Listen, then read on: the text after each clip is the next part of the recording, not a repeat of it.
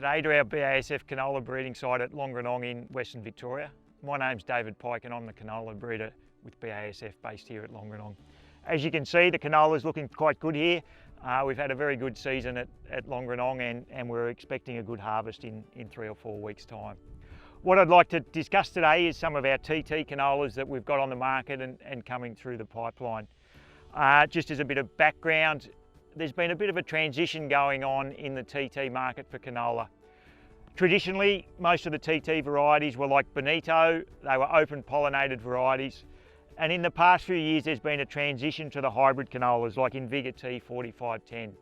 The hybrid canolas have been around for a number of years now. Some of the original hybrid canolas that were on the market, the yield gain was only fairly small compared to the OP canolas. But since varieties like Invigor T 4510 have been on the market, there's been a really consistent yield advantage of the hybrid canolas versus the OP canolas. And a variety like 4510 is consistently yielding somewhere around that 300 kilos per hectare more than the OP varieties like Bonito. And that translates to a significant extra income to the farmer, and it more than offsets the additional cost of hybrid seed.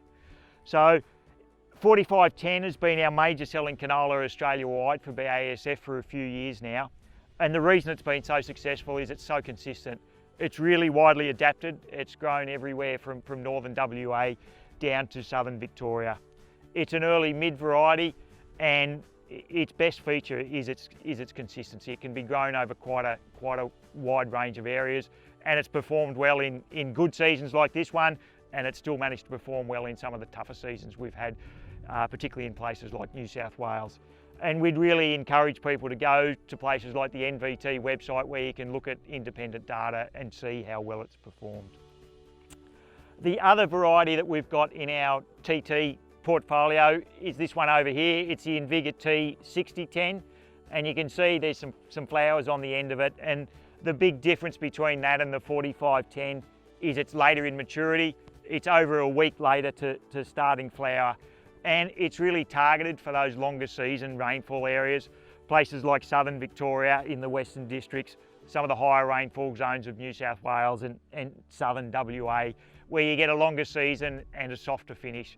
And the big advantage of this variety is it's got a higher top end yield than something like the 4510. The 4510 has performed quite well in those areas, but when you get the really good seasons like this one with a soft finish, a variety like 6010 can produce the extra yield and you can get more income.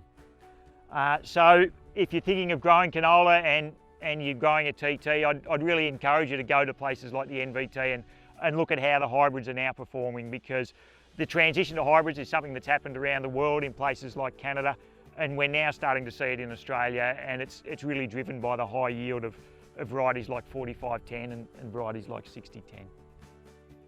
I'll hand over to Ash, who's going to explain some of the commercial aspects of the MySeed program.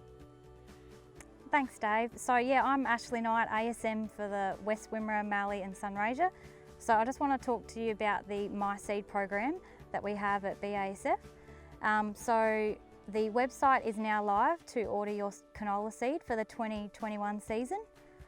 We have a couple of conditions around the canola seed.